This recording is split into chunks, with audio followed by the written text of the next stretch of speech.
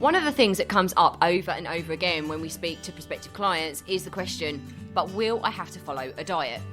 Our answer is always an emphatic no, because we believe in giving you a solid education in the essentials of nutrition with Midlife, so you have the tools to make the choices that will make you happy and give you the results you're looking for. And we're here to tell you that yes, that is possible. Invariably, we'll be asked about our own eating habits, our go-to dishes and snacks. So in this episode, we lift the lid on meals, our favourites, and give you some recipes to trial. Enjoy.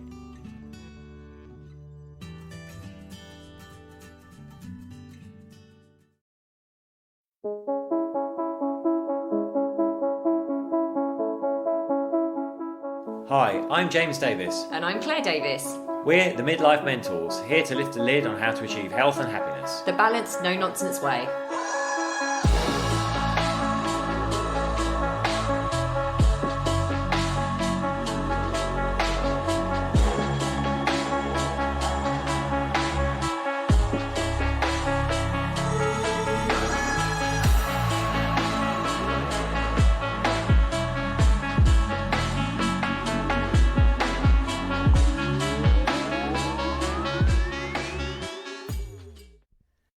Hello and welcome to another episode of the Midlife Mentors with me, James. And me, Claire. How are you all?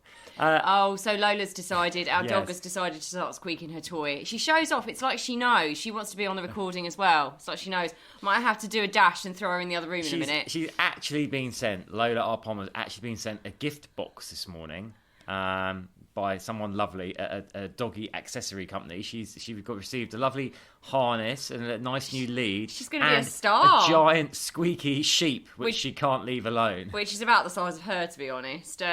But our pom is a little bit overweight, and the harness was a little bit snug. So I think... and a lovely raincoat she got as well. She looks great in that.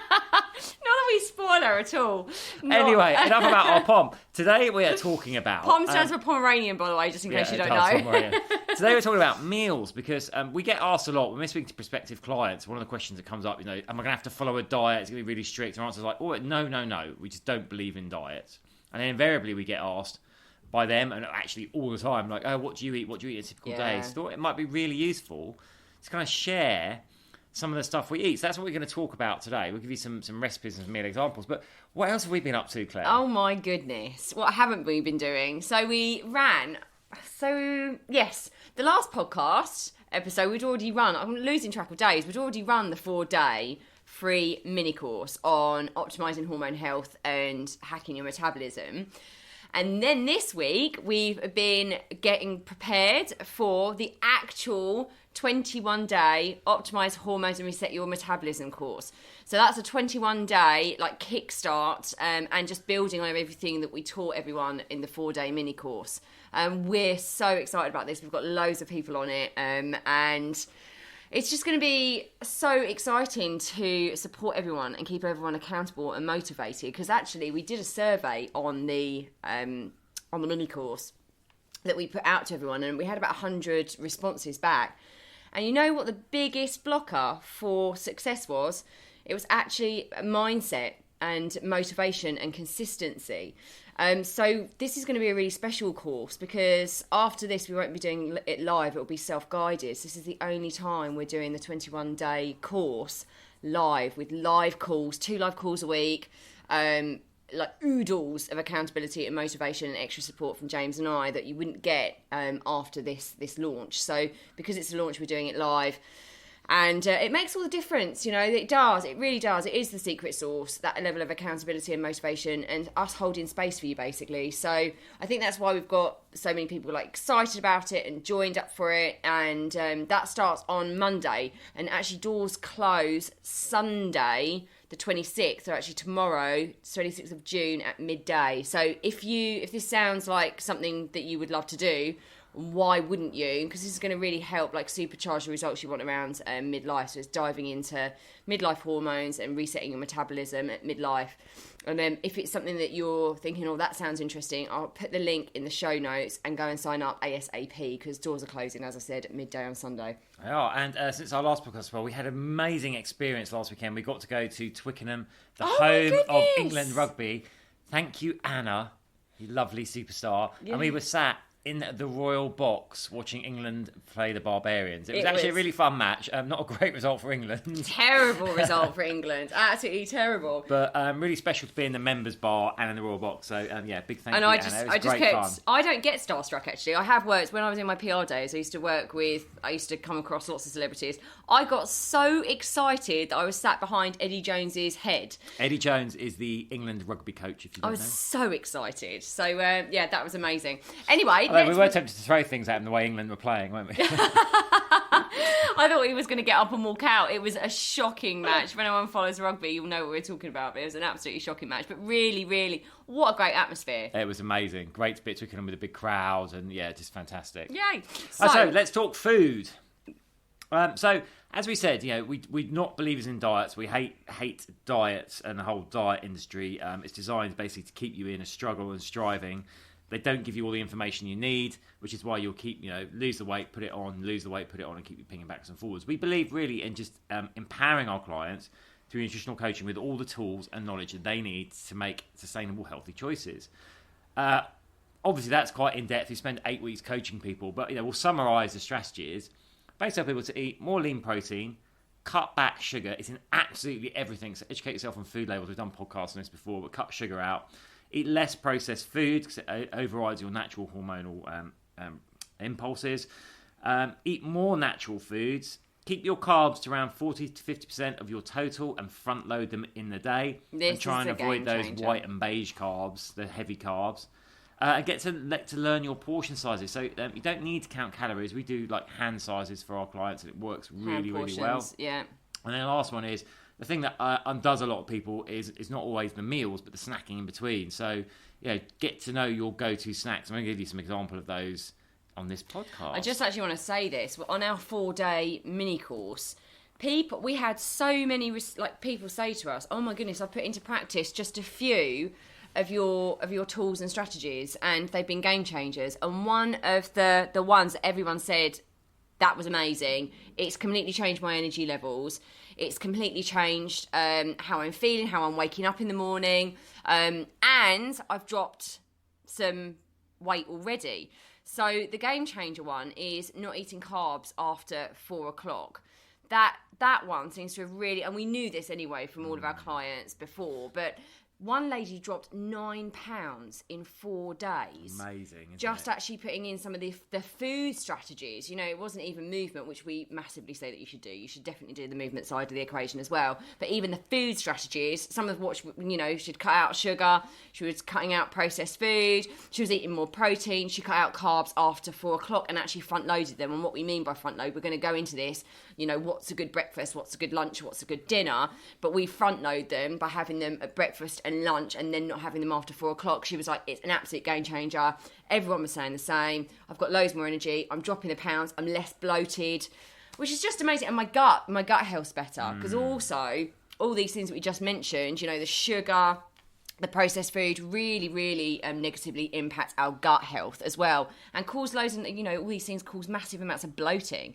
So yeah, just that goes to show that it's not about strict diets. It's actually making some really smart changes to the way that you eat for not just weight loss, but more energy and better gut health. Exactly that. So what's the day look like for us?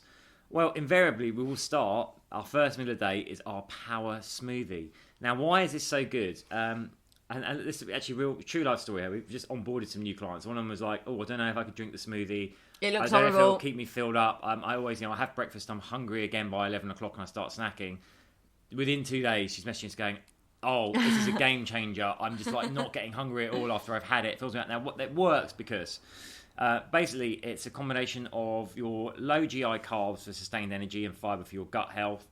There's some berries in there for a bit of high GI carbs to help get the protein to your muscles. What the carbohydrates is there? Oats. Oats, yeah. Sorry. I haven't woken up yet today and it's in the afternoon. Berries are also high in antioxidants. Then we have the all-important protein powders. This is really important. We want to start the day with a good protein hit. So we've got our protein, our carbs. We've got a little teaspoon of peanut butter in there for some healthy fats as well. Then we'll add things like some super greens powder, a few seeds to get you some omegas in. Of course, top that up with water and then blend it up. Now, we don't put things like bananas in because bananas are actually quite high in sugar. And here's the thing. we want to try and become more insulin sensitive. There's a lot of research that says that the amount of sugar we have in our first meal of the day will set our insulin bandwidth for the rest of the day. So we want to try and keep the sugars minimised. So the power smoothie, what's in it? A cup of oats, a handful of or half a cup of oats for ladies. Half a ladies. A handful of frozen berries, a scoop of protein powder, flavour of your choice, but chocolate works really well. Dash of super greens powder, various seeds and nuts, teaspoon of peanut butter, water, and blend it all up. And that's probably coming in somewhere between 300 to 450 calories, depending on how many oats you put in. Yeah, exactly. But because it has all that protein in it as well, it triggers your leptin and will keep you full all day. So it is a game changer. Loads of our clients, not all day, till lunchtime. Yeah, it does. And I honestly, I was exactly the same. You know, like I was. Well, we both are. You know, with our training and everything, we get hungry. We love our food. And I was always, you know, I would be one of those people that would eat breakfast, and I'd think, oh God, I'm really, really hungry again at 10 o'clock, and then I'd start the munchies.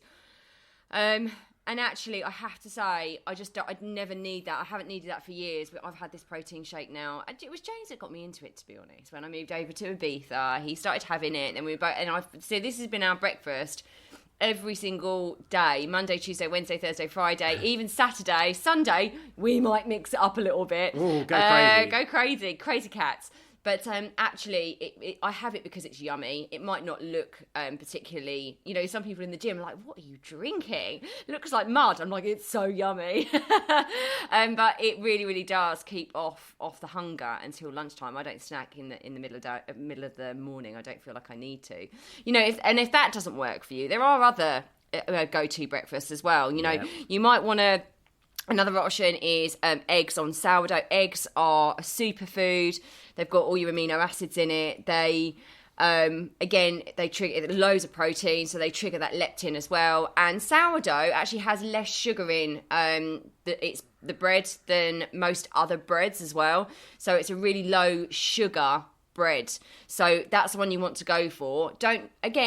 James mentioned portion size. Just be really careful on your portion sizes here. Sometimes I'll see clients when they take photos in their food dough, we've got 3 slices of sourdough bread and 5 eggs. And 5 eggs. You know, if you're bodybuilding, that's fine. But if we're normal people, which most of our clients are, you know, like even 1 slice of sourdough with a couple of scrambled eggs on is absolutely fine. Don't throw loads of butter in it. If you can have poached eggs, even better. You can have things like oats with protein, so make up some porridge essentially, but add some protein powder to it so you get that protein kick. Yeah. You can make some homemade granola and mix that with some like low-fat Greek yogurt. Now I say homemade granola because this is one of the ones that catches people out, because we all think granola is really healthy, right? It's all the nuts and seeds and stuff, but a lot of it is really, really high in sugar. So you can make your own quite easily, actually. We sometimes do make our own, but you can get low sugar ones. But if you're buying granola in the supermarket, do check the sugar content. Make sure you're getting low sugar. Lizzie's granola, she's actually got it's under 5 grams per 100 grams, isn't it? And that is do a good one as well. But the Lizzie's one, look for the low sugar one. It actually says on the packet below 5 grams of sugar per 100 grams. What I would say on the whole homemade granola, though, people, is do be careful what you're making it with. If you are piling in the honey to give it that kind of nice gooey texture, do be careful on that, because again, honey is sugar. So don't mistake, just because sugar isn't just cane sugar and package, it's actually in things like, and if you're using date syrup, all these sorts of things, coconut nectar that you get as well, really high in sugar. So just be careful if you are making your own. You might be thinking it's healthy, but it might not be. You don't need a lot. Basically, what you want to do, general tip, is train your palate to be not as sweet. Because we have so much sugar in our foods, generally, food manufacturers pack it in, our palates tend to be quite sweet unless we train them the other way. So we want to gradually, over time, train our palate to be less sugar dependent. We did just want to say about, I just want to reiterate the whole banana thing. Because people do go, oh my goodness, I didn't realise, I threw half a banana in. I'm like, well, that's going to spike your insulin. What you do want is berries, because they have, they spike your insulin far less. And there's some research that actually says some berries actually help with insulin sensitivity. So you just want a handful of, things like raspberries, blackberries, strawberries, things like that. Yeah. So that's your breakfast to take care of. That will keep you filled up till lunchtime. And then you're going to have your lunch. Not all day. Not all day. And lunch is a second power smoothie. I'm joking. Lunch, you want to go for lean protein and get your Can you carbs imagine? in for the afternoon. Can you imagine if we said that? I know. And lunch is another power smoothie. No, we're not a shake company trying to get people to lose weight. No, well, I did. Machiavellian means. We're actually going to do. I said to James, I've got another idea for a podcast. Is all these living 30-day cleanses by these multi-level marketing companies that say, I'm going to digress here. Actually, replace your meals with shakes. Well, that's a great. I'm not even going to go into the rant right now. We're going to do a whole thing. We're going to do a whole thing on that because actually people don't understand the difference between supplements, like a protein shake as a supplement, or a meal replacement shake. People don't understand the difference. So I think we might do a whole podcast on that. Shock out there. We're in a group call situation, and someone who's positioned herself as a menopause expert helping women was basically started blatting on about her 3-day juice and soup cleanse she gives women to help them lose weight. Now, she's incensed. got no qualifications in fitness and nutrition or anything. I'm just like, the last thing you want to be doing as a menopausal woman is like depriving your body of nutrients, especially of protein, and piling in sugar with juices and smoothies. So anyway, we digress. Watch out! Don't be sucked in by these. Well, we have to do a podcast on this because actually I see it. They prey on vulnerable women, and I say vulnerable. It's not like we're sitting there going, but we are vulnerable to a sense because our body shape is changing. We're not feeling like ourselves. We're struggling to lose weight. Of course, if someone says lose X amount of pounds in 30 days by replacing your meals with these shakes, or, go on a juice cleanse and a soup cleanse and you'll get these results with lots of pictures of transformations in 5 days, of course your head's going to be turned. But we're going to do a whole one on that because you really, really shouldn't be doing that to your body at all. Let's get back to lunch. So you want to go for a lean protein and your carbs for your energy for the afternoon. This is so you've had carbs at breakfast, you're going to have them again at lunch because you're not going to have many for dinner, right? So examples of this would be you can open like a can of tuna, mix it with some quinoa or some couscous, and then like some small bits of salad. So we'll like have cherry tomatoes, tiny bit of avocado. Avocado is another one, right? It's delicious. It's a superfood, but they're nutritionally dense, high in fat. So you want to limit your avocado intake to about 1.5 avocados a week, really. Yeah, don't have more than that. This is where we see vegans and vegetarians go quite wrong because they love the avocados, don't they? And then their entire diet is full of avocados. And again, it is really high in fat. Same with vegetarians with eggs. You need to be careful of your eggs because sometimes if you're, I sometimes look at food diaries and they've had like 12 eggs in a week and I'm like, oh, okay. Well, that might be scuppering your results because your fat content per day has gone quite high. So just be careful. Again, it's everything in balance. It's having a balanced palette of food, basically. Exactly. We also because lunch is all about, normally we're kind of like on the working or on the go, right? But we still want to have a substantial meal at lunchtime, so we're going to go lighter at dinner. So things like smoked salmon and scrambled egg. Yum, yum, yum. We like to buy those packs of like pre-cooked chicken bits you can get from supermarkets. Again, you can just mix it up with some salad, or again with some of your grains like lentils, couscous, quinoa. You can have some hummus. Hummus, like a light hummus. Yes. Again, very, very nutritionally dense. So just a tablespoon of that, please. And then we keep like fermented foods in the fridge, and we'll eat that like 2 or 3 times a week as well, because that's really good for your gut biome. Sauerkraut. So things like sauerkraut and kimchi. So that will kind of be our lunch. And then we do normally have dessert, but I'm going to leave desserts to the end because people get excited by that. Well, yeah, and also you're setting that up in a really... I don't... James has a dessert because he's trying to pack on more protein, but also I think you might have oversold it there. I might have oversold it. Anyway. And I'm just warning you when you get to the end of this and thinking, oh, where is my Ben and Jerry's ice cream? So that was lunch. Then, of course, we've got our dinner. Now, we want to go again for the lean protein because it's got leptin. It's going to help our muscles repair. But we want to go for very light carb approach. So none of your heavy carbs, no breads, no pastas, no rice, no potatoes, stuff like that. And that means sweet potatoes as well. Yeah, try and prioritise above ground veggies. So it might be something like a chicken or a turkey stir fry, a pan fried sea bass fillet, or an oven cooked chicken breast. Again, with roasted veg, that's really easy to do. Set the oven on for about half an hour. In goes the chicken or fish. So easy. In goes all the veg. You can chuck in asparagus, broccoli, mushrooms, tomatoes. It's like super quick, easy meal to do, tasty. We'll get a lean mince every now and again. We try to limit red meat to about once or twice a week. We'll get a lean mince. Add extra beans to it, but have no rice with it. So like a chili con carne with no rice, again, cutting out those carbs. So that gives you an idea of the flow of our day. Now, desserts, of course, are important. So here's the other thing. We'll tend not to have dessert in the evening. I'll have dessert at lunchtime. And that's my goal. I'm trying to add more muscle. So our go-to dessert is basically, a really nice low-fat, low-sugar Greek yogurt. There's really good brands out there. Some supermarket ones are great. The faggy one, Fage is really good. But I'll add a scoop of protein to that and a bit of cocoa as well, and then you've got like this really smooth, creamy chocolate dessert. So I don't have that. That's me done. I don't have that. I have just a square of dark chocolate, so 85% dark chocolate. Now I used to absolutely love dairy milk chocolate. I mean, it doesn't, to me now, it doesn't, I know they've changed the formula and it doesn't even taste like dairy milk to most people anymore. But I used to love milky chocolate. I actually can't stand it now. I've completely retrained my palate, and you need less of, when it's that high in cocoa content, you actually need less of it. So I just have a square of that, maybe an extra half a square if I'm going really crazy. But honestly, that's enough.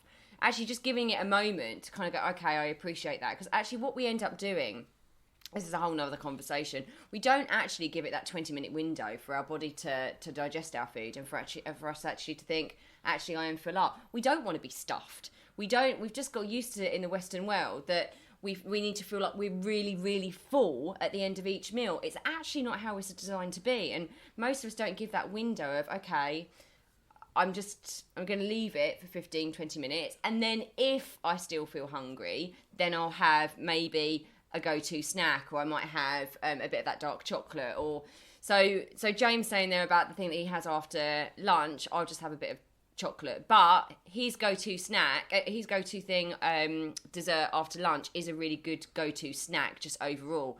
So if you are feeling, some of our clients say they get that little bit of slump at 3 o'clock in the afternoon, if you are having that, it is understandable, because if you've had lunch, we do get a little bit tired after lunch, especially if you have had, it doesn't matter what carbs, even if you've had some carbs, your insulin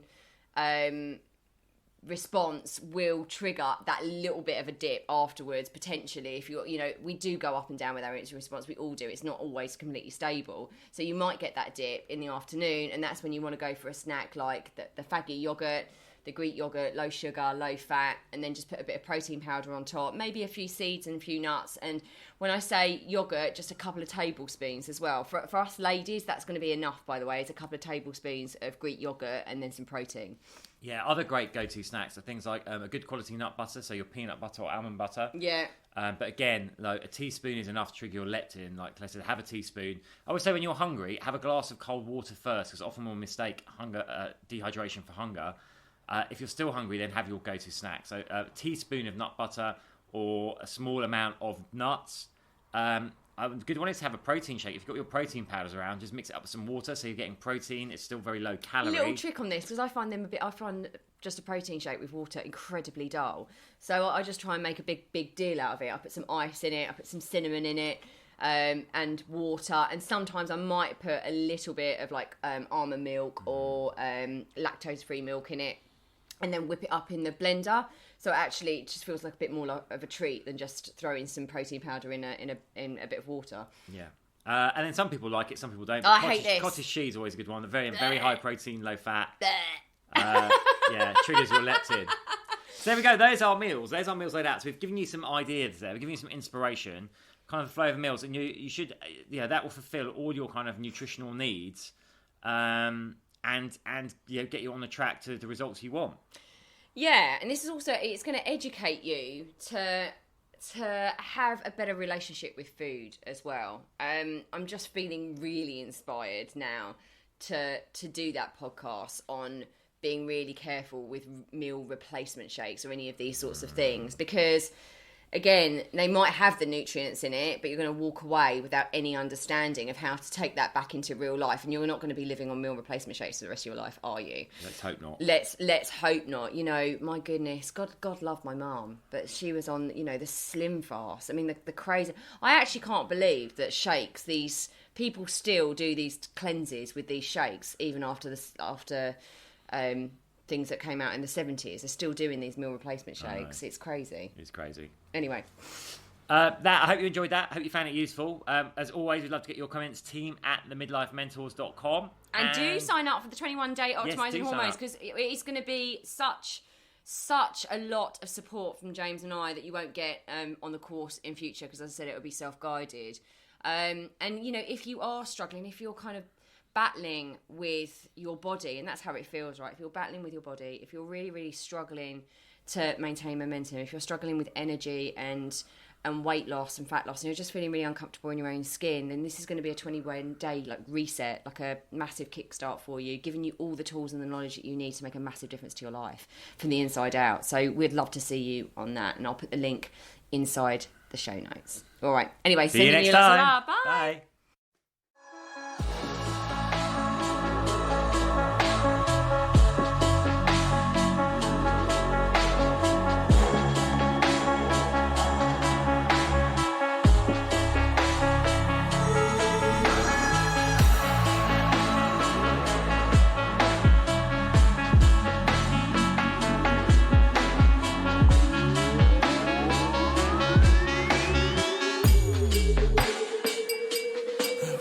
Yeah. You've been listening to the Midlife Mentors with Claire and James Davis.